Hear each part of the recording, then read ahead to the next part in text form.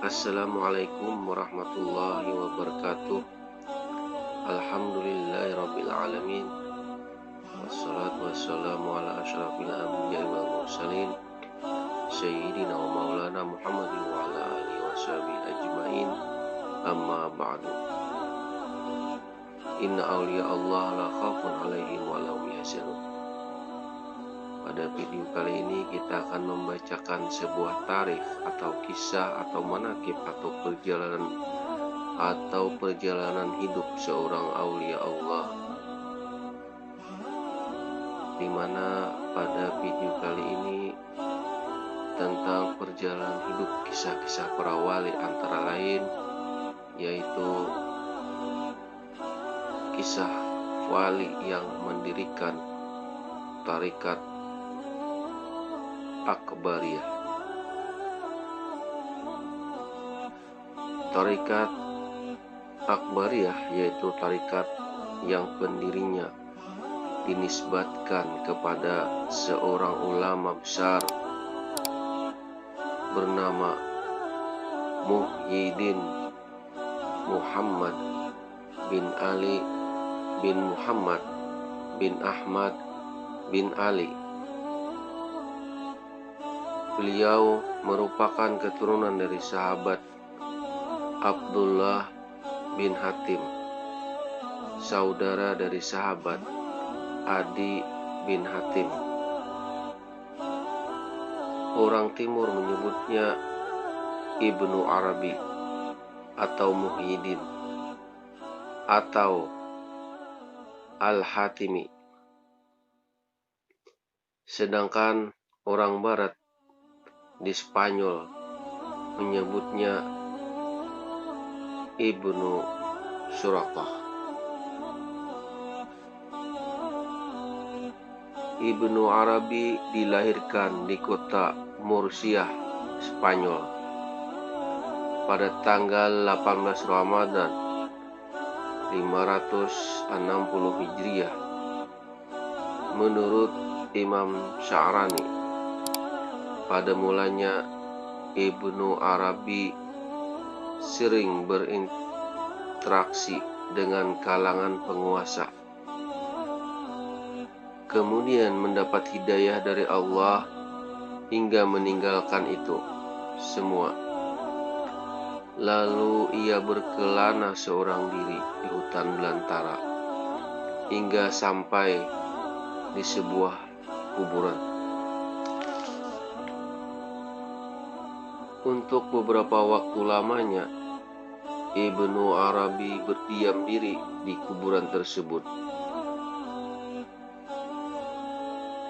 Sekeluarnya dari tempat tersebut, ia mampu menguraikan berbagai disiplin ilmu yang menjadi rujukan orang.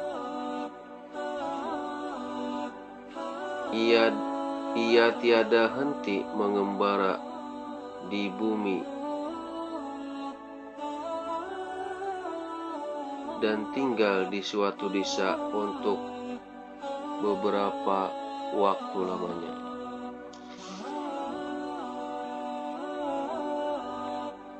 Berbagai kalangan ulama memujinya, baik dari kalangan ulama sufi maupun dari ulama fikih.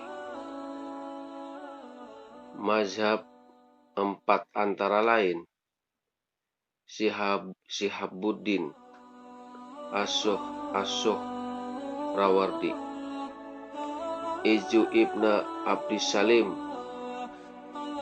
Zakaria dan Ibnu Hajar atau Al-Haytami.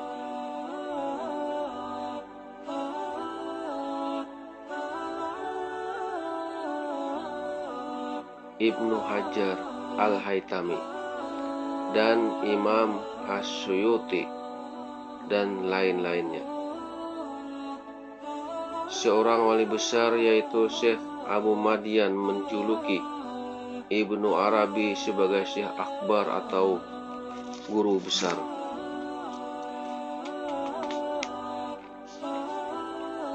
Seorang ulama besar Sirajuddin Al-Ma'zumi berkata, "Jangan sekali-sekali mengingkari sedikit pun dari ucapan Ibnu Arabi, sebab daging para wali itu beracun. Bukan rahasia lagi bahwa orang yang membenci para wali itu keyakinan agamanya akan rusak dan akan meninggal dalam keadaan su'ul khatimah. Nauzubillah min dzalik. Siapa mengupat para wali, maka Allah akan menurunkan bencana, yaitu hatinya akan mati, hatinya akan buta tuli tentang ma'rifat kepada Allah Subhanahu wa ta'ala."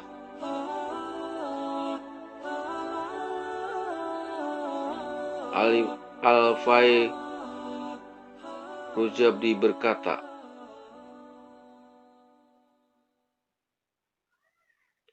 "Saat berada di Mekah, Ibnu Arabi menjadi lautan ilmu.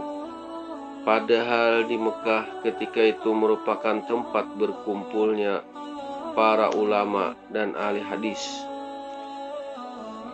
Ibnu Arabi menjadi rujukan dari setiap ilmu yang mereka bahas, dan banyak ulama yang menghadiri majelisnya. Mereka mengharapkan berkah dengan berada di dekatnya seraya membaca karya-karyanya."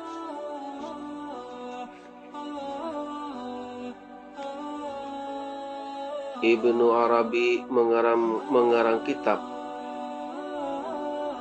Al-Futuhat Al-Makkiyah saat berada di Mekah. Kitab tersebut ia tulis sebagai jawaban atas permintaan muridnya yang bernama Badar Al-Habsyi.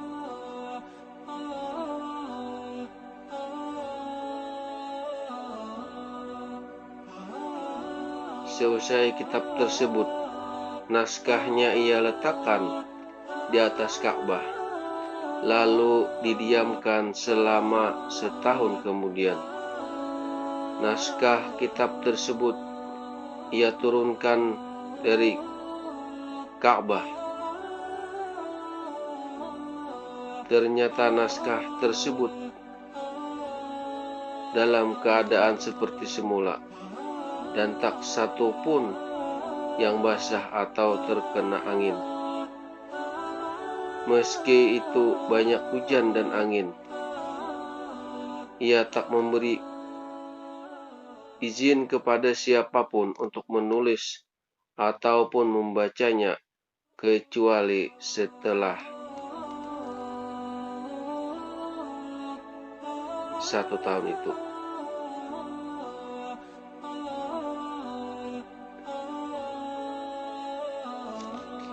Ibnu Arabi berkata dalam kitab Al-Futuhat Al-Makkiyah,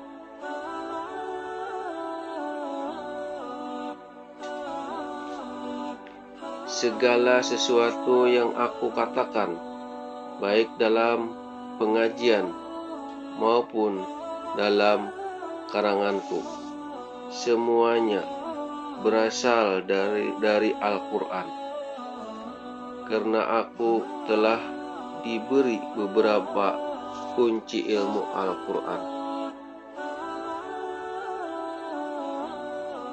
Aku tak berbicara mengenai satu ilmu pun kecuali aku ambil dari Al-Quran, sehingga semua itu tidak keluar dari firman Allah dan kandungannya." Selanjutnya pada bab 438, Ibnu Arabi mengatakan, "Barang siapa yang ingin memahami makna-makna yang tersulit dalam Al-Quran, ucapan-ucapan Nabi atau perkataan para wali, maka ia harus zuhud di dunia. Hal yang demikian itu harus dilakukan sampai hatinya tertutup untuk dunia dan merasa gembira ketika hilang dari tangannya Bila masih merasa condong kepada dunia, maka selamanya tidak ada jalan baginya untuk memahami makna yang sulit tersebut.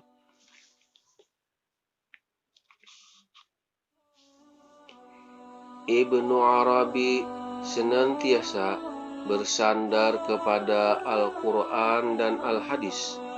Ia berkata, barang siapa yang melempar syariat dari tangannya, meski hanya sekejap, maka pasti ia akan binasa.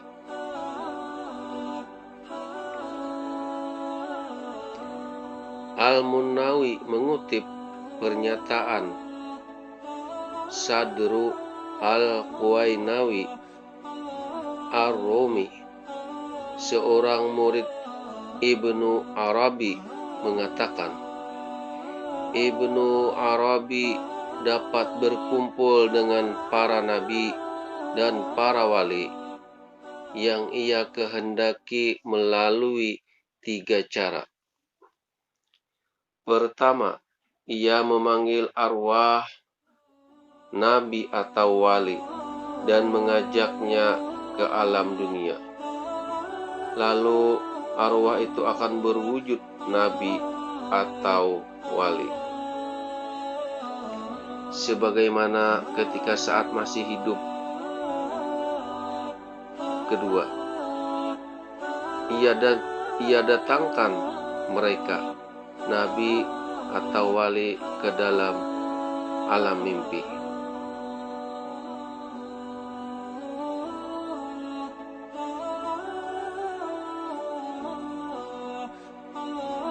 Yang kedua, yaitu ia mendatangkan mereka, para nabi atau wali, ke dalam alam mimpi. Dan yang ketiga, ia sendiri yang menuju ke alam arwah dan berkumpul bersama-sama mereka. Ibnu Arabi berkata, Allah mengumpulkanku bersama seluruh nabi dalam satu kejadian, sehingga aku mengenali satu persatu di antara mereka. Demikian juga aku berkumpul dengan para wali yang ada di bawah naungan mereka, para nabi, sehingga aku kenali mereka satu persatu.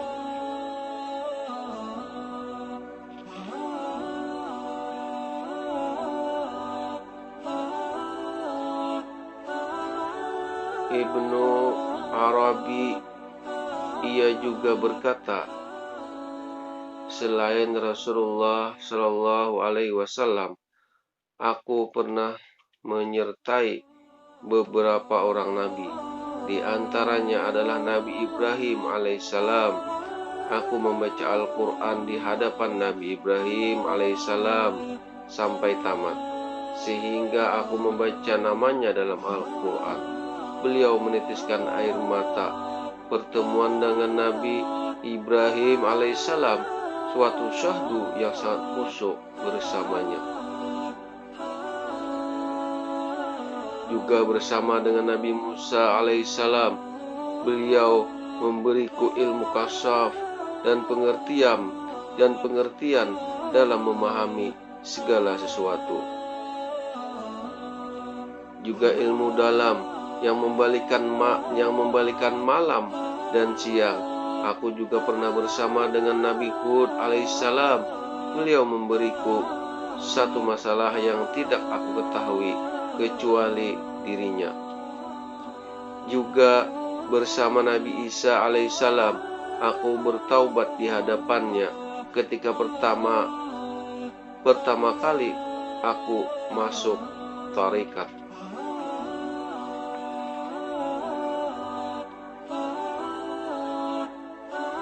Dalam kitab Al-Futuhat Al-Makkiyah pada bab haji, Ibnu Arabi mengatakan bahwa Ka'bah telah berbicara kepadanya. Demikian juga Hajar Aswad, bahkan Ka'bah itu mengelilinginya dan berguru kepadanya. Ka'bah juga meminta kepadanya agar dirinya dinaikkan dalam beberapa tingkatan tarikat. Lalu ia mengangkatnya dan melantunkan syair untuknya. Begitu sebaliknya.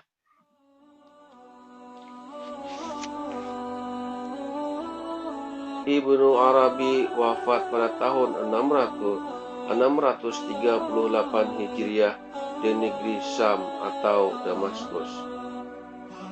Semoga dengan pembacaan tarikh atau manaqib atau perjalanan hidup seorang wali-wali Allah ini, kita selalu terbuka untuk mengkaji tentang keislaman kita dari syariat, tarikat, hakikat, dan ma'rifat. Wallahu a'lam bishawab. Wallahul muwafiq ila aqwamit thoriq. Assalamualaikum warahmatullahi wabarakatuh.